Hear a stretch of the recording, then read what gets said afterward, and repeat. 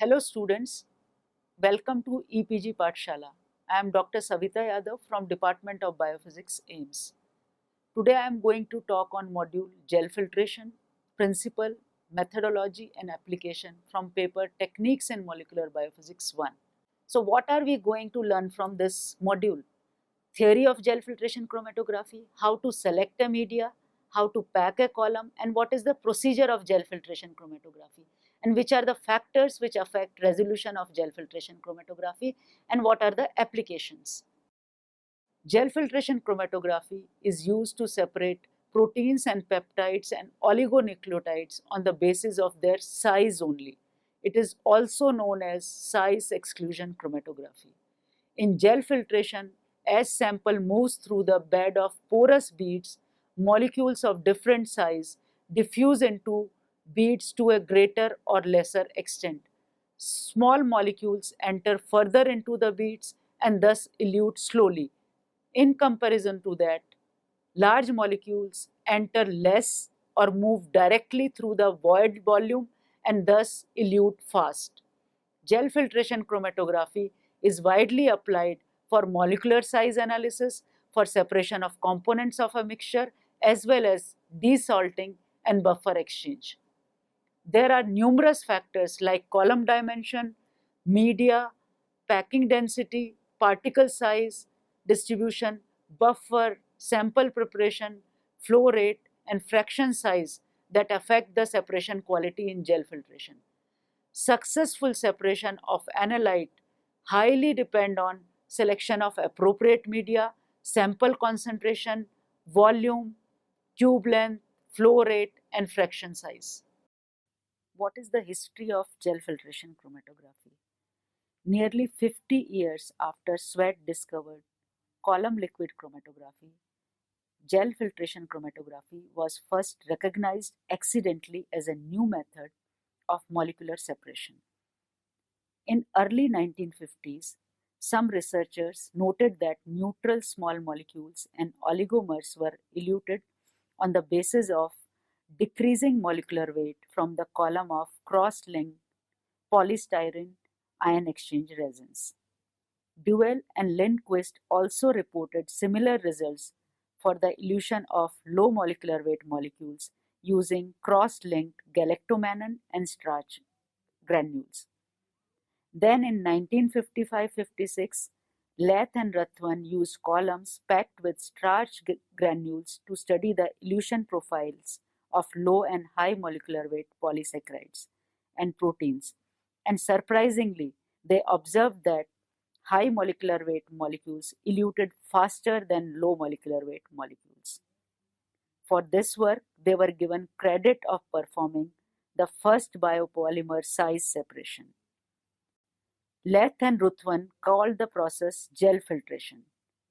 In 1959, two biochemists, Perflodin and Jerker Porath, synthesized a series of cross-linked dextran resins with different pore sizes for size separation of peptide and oligosaccharides.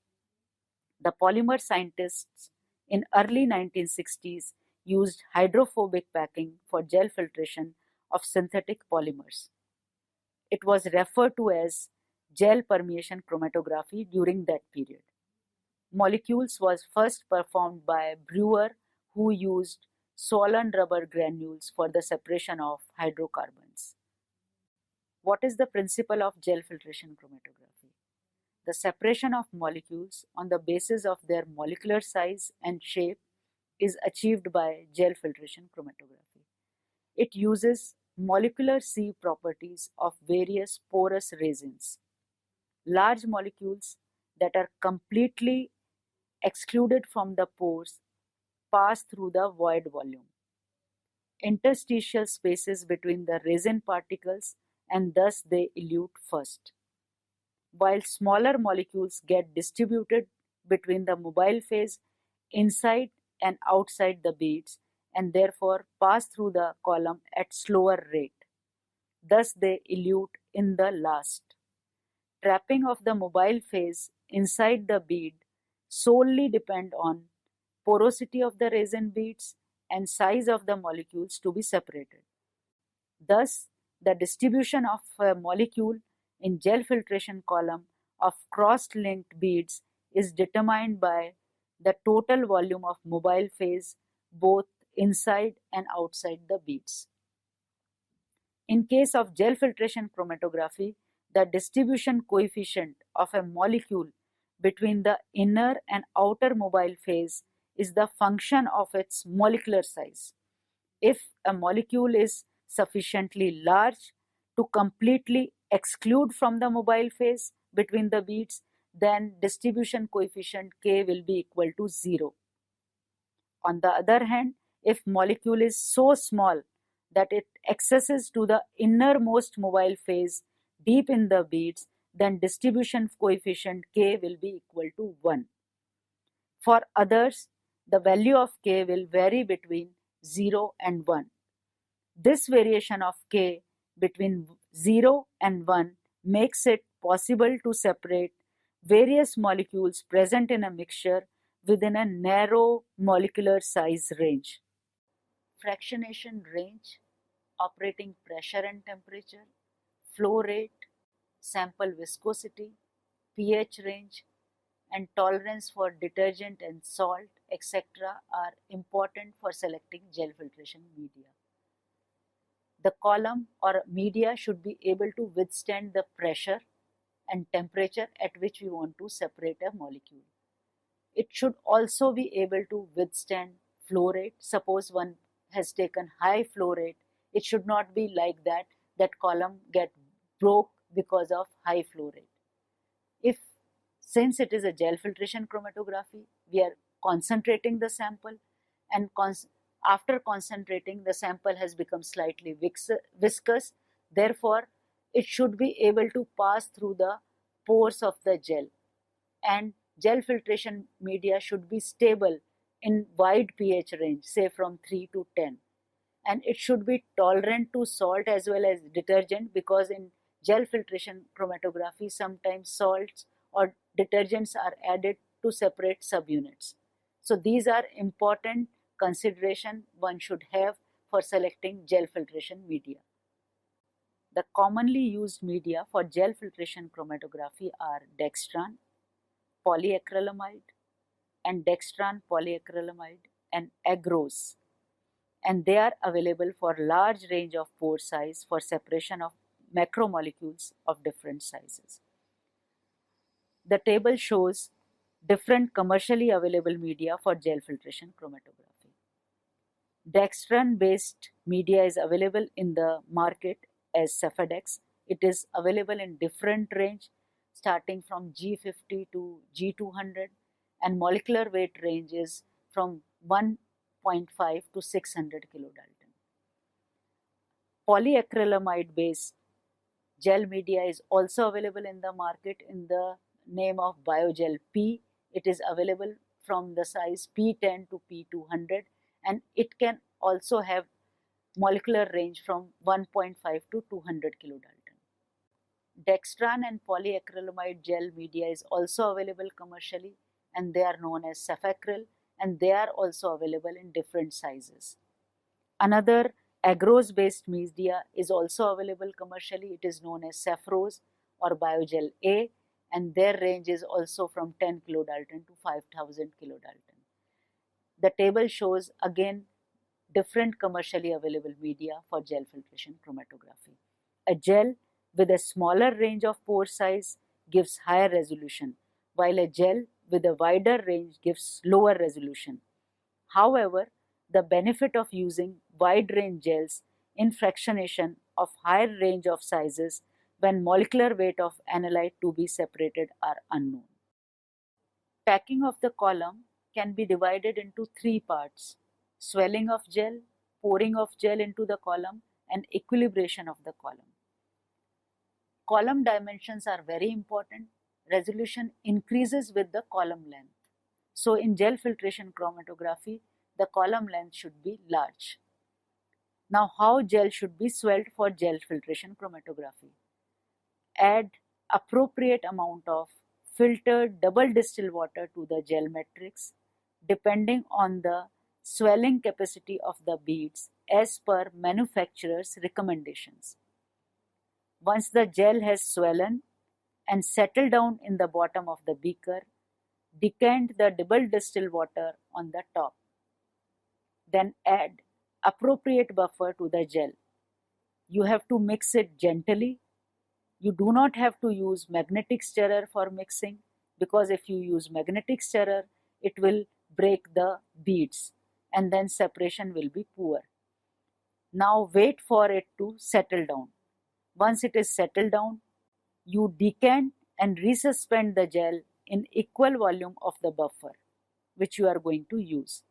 Now degas the gel in order to remove trapped air. If you want to do rapid swelling of the gel, it can be achieved by heating the slurry at 90 degrees centigrade for 5 hours. Swelling at room temperature is considerably slow and takes approximately 72 hours. All the buffers and gels has to be degassed to avoid air bubble formation, since it will cause uneven packing of the column and it will give rise to poor resolution. All the buffers has to be filtered before using it in gel filtration chromatography. We have already learned that how to swell a gel for gel filtration chromatography for packing of a column. Now next step is pouring of the gel into the column. Mount the glass column vertically on a metal stand and adjust the bottom adapter. Once you have mounted it vertically straight on the metal stand and adjusted the bottom adapter, add some buffer to the empty column. What will happen when you add buffer to the empty column? And if it is passed through the outlet tubing, your trapped air bubble in the path will be removed. Now block the outlet of the tubing and pour the gel slurry to fill the column up to the required height with the help of glass rod. The glass rod should be used in such a way that it touches inner wall of the column. This avoids introduction of any air bubble. A gel reservoir should also be used to smooth and continuous pouring of the gel. Allow it to settle down, decant the excessive buffer and the gel and put the top adapter on the top of the gel. Once now column is packed, now you have to equilibrate the column. Attach the top tubing to the peristaltic pump and buffer reservoir and keep the bottom tubing to the waste. The operating pressure should be according to the manufacturer's recommendation for the gel matrix. It is always better to keep flow rate slower. Choose the buffer as per your purification needs and equilibrate the column with 2-3 bed volumes of this buffer. The total column volume Vt is referred as bed volume, while the space between the gel particles is called void volume V0. In a well-packed column, the void volume is about 1/3 of the bed volume.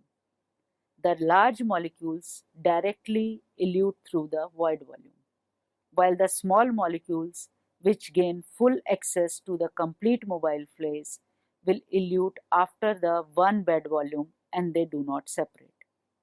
The column volume, total column volume, if you subtract void volume from the total column volume, what you will get is volume occupied by the gel, including gel matrix V gel.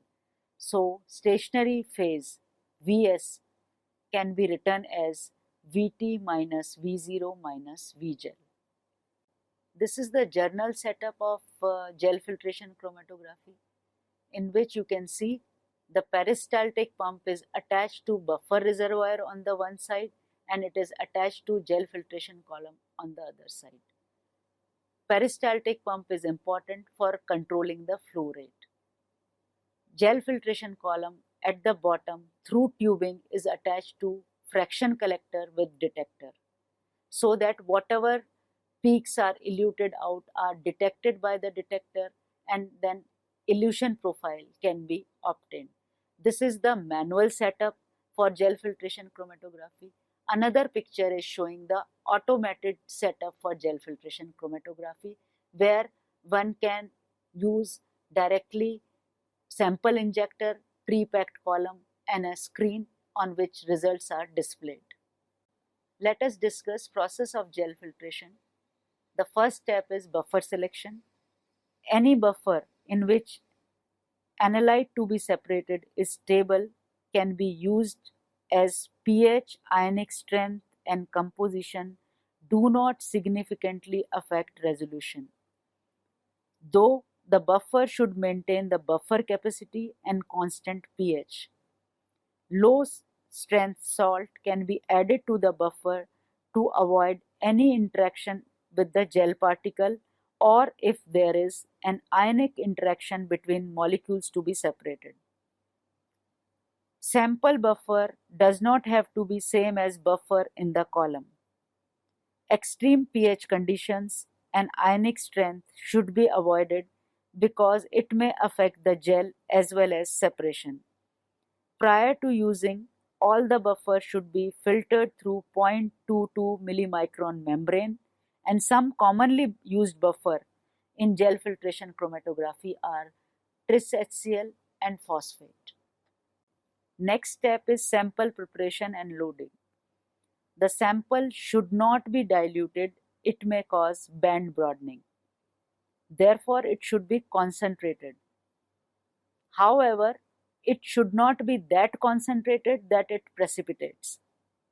Ideally, 1% of bed volume of sample should be loaded onto the column.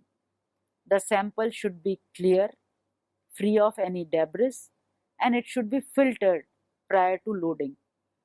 To load the sample manually, you have to remove upper adapter and remove the excess of the buffer on the top of the gel without disturbing the gel surface, and then gently pipette in the sufficient amount of sample and allow the sample to pass through the surface. Once the sample has passed through the surface, you have to see that the surface of the gel does not dry. Then you have to add little buffer on the top of the column and then set the upper adapter. The above process of loading sample onto the column can also be done by automated sample injector. If you use sample injector, your surface will not be disturbed and your resolution will be higher. Once you have loaded the sample, you have run gel filtration, elution has to be done of the same sample. So for this, a fraction collector is attached to the system to collect the fractions of the elution. The sample is eluted isocratically using a single buffer system.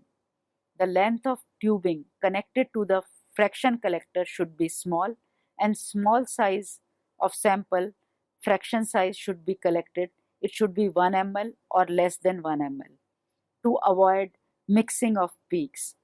The detector connected to the fraction collector analyzes the separation, and the total elution volume should be equal to or more than 1 bed volume. Elution volume VE is volume of the buffer that elutes from the column before a particular peak in the elution profile appears.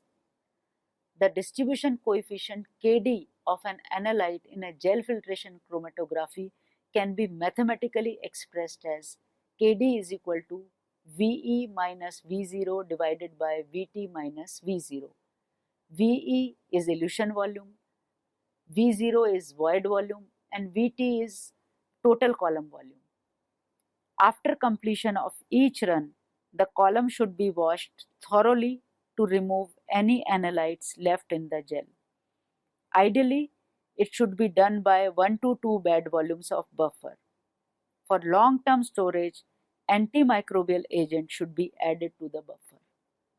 How do you calibrate a column in gel filtration chromatography? It is important to calibrate a column for determining exact molecular weight of a substances to be separated.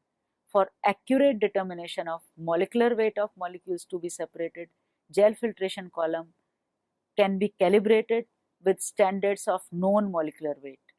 For this purpose, a calibration curve is drawn by plotting log of the molecular weight of standard proteins against their respective ratios of elution volume to the column void volume. The calibration standard should be selected in such a way that there is same relationship between molecular weight of standards and molecular size of the substance of interest. There are numerous factors which affect separation quality in gel filtration. An important factor I am going to discuss here is first is column dimension. The column dimensions are very important for better purification. For gel filtration chromatography, resolution increases with the column length, while the column diameter increases the capacity of the column as bed volume increases. Journal recommendation for a gel filtration chromatography is to have length of the column more, which is less in diameter in comparison to other type of chromatography. Another factor is selection of media. Media should be porous matrix, it should be inert, physically and chemically stable. So while choosing a media, one should always consider two important factors. One is, what is the aim of the experiment?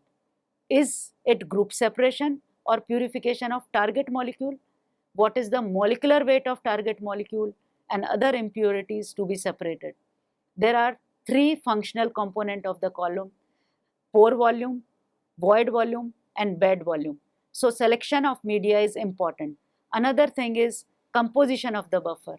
Selected buffer should not have any effect on the biological activity of target molecule, as well as it should not disturb the stability of the molecule to be separated. Since the high quality of detergent or denaturing agents in buffer can cause dissociation of subunits or cofactor of proteins and enzyme. So these kind of buffers should be avoided. Extreme range of buffer pH should also be avoided, otherwise it could disturb the conformation of the beads of the resin. pH of the buffer should always be away from the pI of the target protein. Buffer should be prepared in high quality double distilled water and it should be filtered properly so that it does not have contaminant that can choke the column. Another important factor is sample volume and concentration. Prior to loading, the sample should be filtered. It should be clear and free of debris. If sample is not clear and contain large size impurities, they can block the column. Sample may be prepared in another buffer since sample buffer is exchanged during the separation.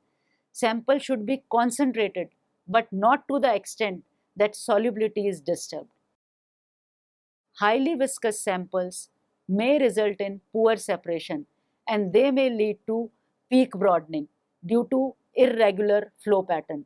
Sample should not be essentially diluted because it may get diffused and no separation will be achieved.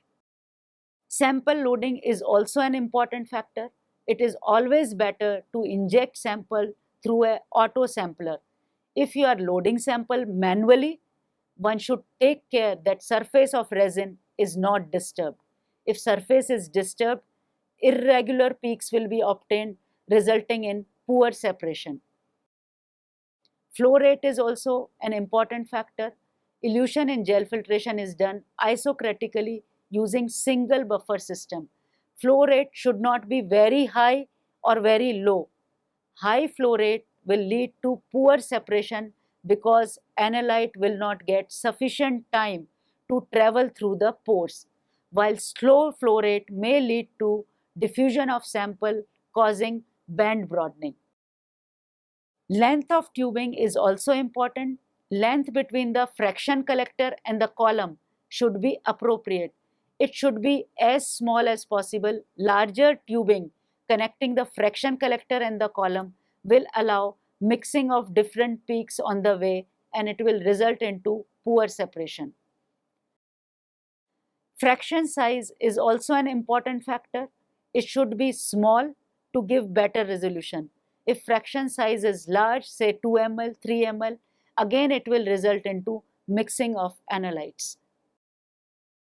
Gel filtration chromatography can be applied for determining molecular weight of a protein or a substance, for desalting, for separation of macromolecules, and for group separation. For molecular weight determination, gel filtration chromatography is widely applied. The molecular weight of a given protein is estimated by comparing its elution volume with that of known protein standards. The standard curve is constructed by plotting log of the molecular weight of standard proteins against their respective ratios of elution volume to the column void volume, that is ratio of V and V0. This standard curve is then used to determine the molecular weight of unknown proteins. Gel filtration chromatography is also used for desalting purpose. The salt molecules and buffer components are several times smaller in comparison to macromolecules. For this reason, gel filtration chromatography using a resin with small size exclusion limit like G10 or G25 can be used for desalting and buffer exchange applications. The desalting is the process of salt removal from a protein sample, while in buffer exchange, a protein solution is replaced by more appropriate buffer. This is one of the most applied application of gel filtration chromatography. The separation limits for resins are generally in the range of up to 10 kilodalton. The resins with large exclusion limits are not suitable for buffer exchange or desalting application. The third application is separation of macromolecules. Gel filtration chromatography is commonly applied in the research lab for the separation of proteins and peptide. It is also applied for detection and separation of oligomers. Another important application is group separation. Gel filtration chromatography can be used for fractionation of crude sample into low and high molecular weight protein groups for further purification. What are the precautions one should take while performing a gel filtration chromatography? First is selection of appropriate media is very essential. It should be selected according to the molecular weight of a molecule to be separated. Suppose you want to separate a high molecular protein, say 100 kilodalton and 200 kilodalton protein, and you have chosen a media G50. G50 can have range up to 30 kilodalton. It can separate molecule up to 30 kilodalton. So in this case, this is a very wrong choice. Everything will come into void volume. Nothing will get separated in G50 if the molecular weight of a protein is very high. Similarly, if you take say G10 or G25 column, you cannot separate very even low molecular weight proteins. They are only for salt exchange or buffer exchange. So media should be selected according to the target molecule to be separated, according to the molecular weight of target molecule to be separated. Another important precautions one should take is column length. Column length should be quite huge, quite big. Length should be big. If the column length is small, say this small or this small, separation will be very poor. Why separation will be very poor? Because you have loaded the sample on the top, but the sample is passing through the column and it is not getting enough time to get separated, and it will come out without getting separated. So column length should be big in case of gel filtration chromatography. It should be large, and diameter should be small. Flow rate should also be appropriate. It should be such that it is not that slow that it will allow diffusion of the sample, or very fast resulting into the poor resolution. If it is very slow and column is large, your molecules will pass very slowly, and if they are passing very slowly, they'll get diffused inside the column only. And if you are getting diffused inside the column, you will have a huge broad peak with no separation. And if flow rate is very high, say 12 ml or 18 ml per hour or say 24 ml per hour, what will happen? You have loaded the sample will not have enough time, it will come out like this. If it is coming out like this, it means it is not passing through the pores nicely, it is coming out just under the pressure of flow rate. So again there will be a poor separation, poor resolution. Sample should not be precipitated before loading. When you are loading the sample, sample should be clear, should be filtered, but you have to choose pH and ionic strength of a buffer in such a way that it don't get precipitated. If it is precipitated, then your purpose of separating your molecule get defeated. Why? Because you want to have your protein in a natural form, in the native form. If it is precipitated, you will not get correct peak. If it is precipitated, it will block your column, and again you have to pack the column again. So that is an important factor. Now students, let us summarize what we have learned in this module. We have learned what is gel filtration chromatography.